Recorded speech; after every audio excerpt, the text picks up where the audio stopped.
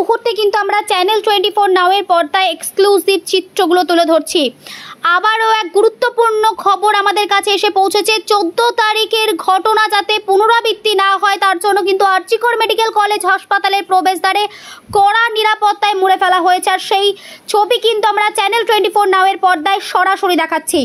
দেখতে থাকুন চ্যানেল 24 নাও, সত্য কথা সবার আগে। আজকে এখানে এসে উপস্থিত হয়েছে, পুরো বিষয়টা নিয়ে কি বলতে চাইছেন? আমি শুধু আজকে এখানে এসে উপস্থিত হয়েছি তাই নয়, প্রথম দিন থেকেই জুনিয়র ডাক্তারদের সঙ্গে আছি এবং সমস্ত দেশের সাধারণ নাগরিকদের মতন আমরা সবাই শৃঙ্খলাবদ্ধভাবে সুশৃঙ্খলভাবে দেশের জুডিশিয়াল সিস্টেমের উপর আস্থা রেখে চাই যে ন্যায় বিচার হোক এবং প্রকৃত যারা অপরাধী তারা শাস্তি পাক। এর থেকে বেশি দাবি তো আমাদের খুব একটা কিছু নেই এবং তার পথে কিছুটা আমরা অগ্রসর হতে পেরেছি। পুরো ব্যাপারটা এখন সিবিআই এবং সুপ্রিম কোর্টের জুরিসডিকশনে। আশা করব তারা তাড়াতাড়ি ন্যায় বিচার করবেন এবং নিরপেক্ষভাবে তদন্ত হবে। প্রকৃত অপরাধীরা যাতে ধরা পড়ে, যারা তাদের আড়াল করার চেষ্টা করছেন, সবাইকে যেন সত্যের আলোয় আনা হয়, এই আমাদের একটা দাবি। তো আমার মনে হয় এবং আমার মতে সবচেয়ে যেটা এখানে গুরুত্বপূর্ণ সেটা আমি বারবার বলছি, প্রতিবাদ হবে, আন্দোলন হবে এবং জুনিয়র ডাক্তাররাই তার প্রমাণ। সব কিছু কিন্তু অ্যাকর্ডিং টু কনস্টিটিউশনালি লিগালি শৃঙ্খলাবদ্ধভাবে হবে। আপনি লালবাজার অভিযান থেকে জুনিয়র ডাক্তারদের যে কোনো কর্মসূচি যদি দেখেন, তারা যে শুধু কোনো রাজনৈতিক রং প্রবেশ করতে দেননি তাই নয়, তারা শান্তি এবং শৃঙ্খলাকে টপমোস্ট প্রায়োরিটি দিয়েছেন। এবং লালবাজার অভিযানে এটা আমার কাছে একটা অভূতপূর্ব ঘটনা যে স্বতঃপ্রণোদিত হয়ে পুলিশ ব্যারিকেড সরিয়ে নিল, যাওয়ার রাস্তা করে দিল এবং এটা কিন্তু দেখুন পুরোপুরি সংহতিপূর্ণভাবে শান্তিপূর্ণভাবে হয়েছে।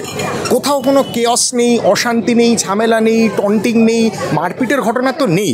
বরং কোনো রাজনৈতিক নেতামন্ত্রীরা বা ব্যক্তিত্বরা আসতে চাইলে তাদের আবার সেই একই নিয়ম মেনে শান্তিপূর্ণভাবে তাদের বিদায় জানানো হয়েছে, যেহেতু এটা সাধারণ মানুষের আন্দোলন এবং এখানে রাজনৈতিক কোনো রং ঢুকতে দেওয়া হবে না।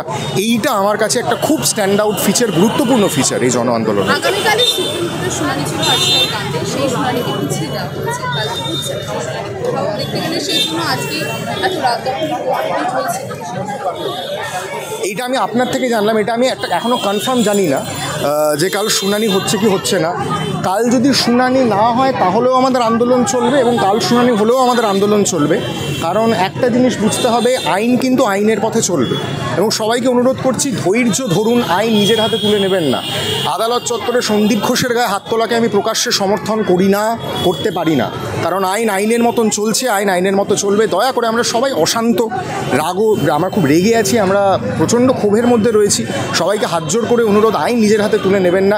এই জিনিসগুলো যেন আমাদের শক্তি হয়ে ওঠে, আন্দোলনের দুর্বলতা যেন না হয়। এই যে অশান্ত হয়ে আছি, আমরা রেগে আছি, ক্ষুব্ধ হয়ে আছি, এগুলো যেন আমাদের অস্ত্ররূপে দেখা দেয়। কলকাতায় যে রাত দখল, দফায় দফায় রাত দখল হচ্ছে, সাধারণ মানুষ তারা রাস্তায় নামছেন।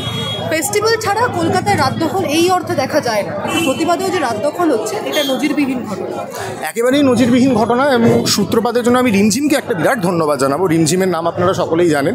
14ই অগস্টের রাতে যে প্রথম রাত দখলের ডাক দিয়েছিল এবং এখন না আমার কাছে সবচেয়ে আকর্ষণ করছে আমাকে যে বিষয়টা, এখন আর একটা রিমঝিম বা একটা স্বস্তিকা বা একটা সোহিনী বা একটা বীরসায় এদের মধ্যে আন্দোলনটা আটকে নেই।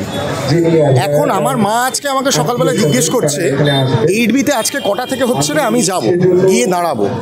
আমার মনে হয় গেলে একটু শান্তি পাবো। এই যে মানুষের মনে হচ্ছে যে আমরা গিয়ে দাঁড়াই, সাধারণ মানুষের বাড়ি, শক্তি চট্টোপাধ্যায় বলেছিলেন মানুষ বড় কাঁদছে, তুমি মানুষ হয়ে মানুষের পাশে দাঁড়াও। এইটাই তো একটা জন আন্দোলনকে এগিয়ে নিয়ে যায়। ডাক্তারদের হাতে মশাল জ্বলেছিল, এখন সাধারণ মানুষ, সাধারণ জনগণের হাতে মশাল হস্তান্তরিত হচ্ছে।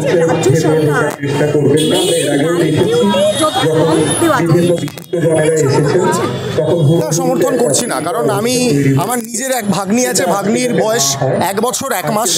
সে যদি 20 বছর পরে গিয়ে মিডিয়া নিয়ে পড়তে চায় বা ডাক্তার হতে চায়, আরজিকরের মতন কোনো নামকরা সরকারি হাসপাতালে সে যদি চান্স পায়, সে যদি যাদবপুর ইউনিভার্সিটির মতো কোনো কোয়েড বিশ্ব প্রতিষ্ঠানে চান্স পায়, তাহলে আমি কি তাকে বলবো যে তুই করিস না because you might get raped?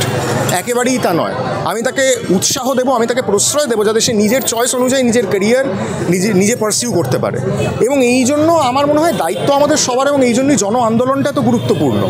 শুধু যে মেয়েদের দায়িত্ব তা নয়, আমাদের ছেলেদেরও দায়িত্ব আছে। এবং বারবার আমি যেটা বলবো, ছেলে মানুষই না করে ছেলে মানুষ করতে হবে। সেফ টাচ আনসেফ টাচ শুধু মেয়েদের শেখালে হবে না, ছেলেদেরও ছোটোবেলা থেকে শেখাতে হবে সেফ কোথায় কোথায় ধরলে মহিলারা অস্বস্তি বোধ করেন, কতটা কাছে যাওয়া উচিত না, কোনটা মোলেস্টেশন, কোনটা হ্যারাসমেন্ট, কোনটা অ্যাবিউজ, প্রকৃতভাবে ছেলেদের মাথায় গেঁথে দিতে হবে। এবং এটার জন্য শিক্ষা প্রণালীর একটা বিরাট ভূমিকা আছে বলে আমার মনে হয়। মুখ্যমন্ত্রীর পদত্যাগের দাবি উঠছে, এটাকে সমর্থন